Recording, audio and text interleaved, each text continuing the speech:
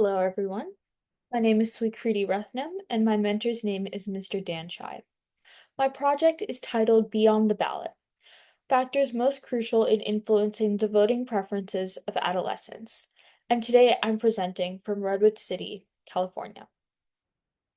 Today's teenagers are a part of Generation Z, a generation known for their political potency as described by the Harvard Gazette. Gen Z has shown increasing involvement in voting issues and political issues, with research indicating higher levels of political activism. But most of these members, ranging from 12 to 17, are not even old enough to vote. This is why I'm interested in researching this generation's preferences, specifically the adolescents of this generation, who cannot vote because they are so politically engaged.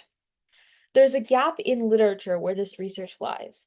While studies have been conducted identifying possible voting cues of Gen Z voters, a study has yet to examine the voting cues that Gen Z adolescents have. Given Gen Z's highly political natures and political demographics, it's reasonable to believe that they use voting cues and have preferences.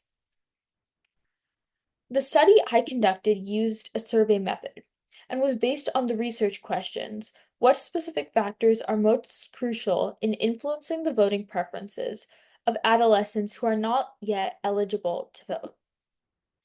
In the survey, I used demographic, multiple choice, closed, and dichotomous questions. The survey was distributed to 42 high school students across the Bay Area, ranging from ages 14 to 18.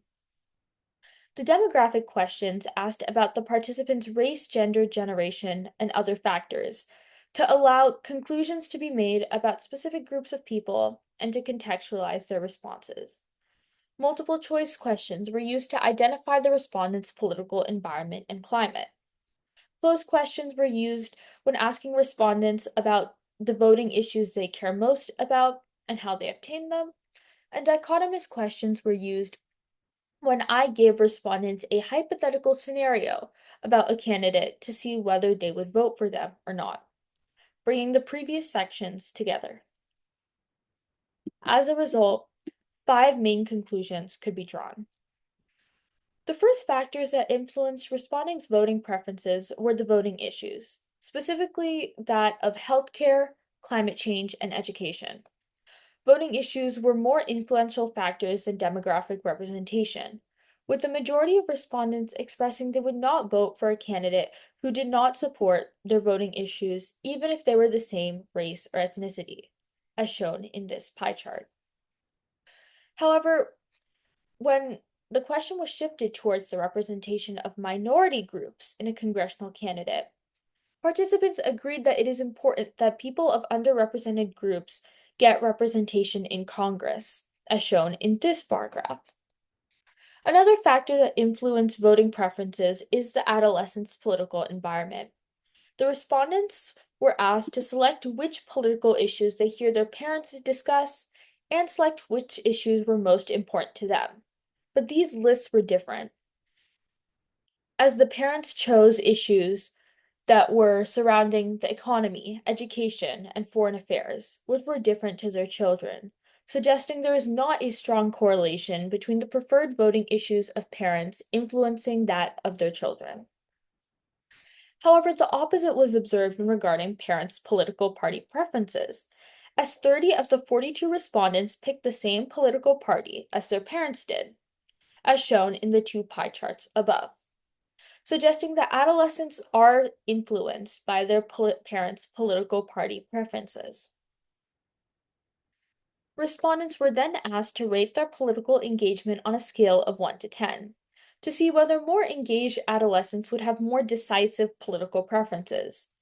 Out of all 42, 19 classified themselves as having an above average political involvement, as indicated by the bar graph on the bottom.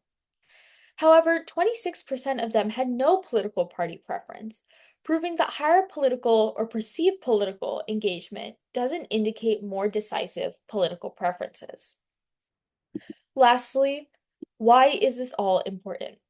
Understanding the voting preferences of those who cannot vote currently is crucial to preserving the health of democracy.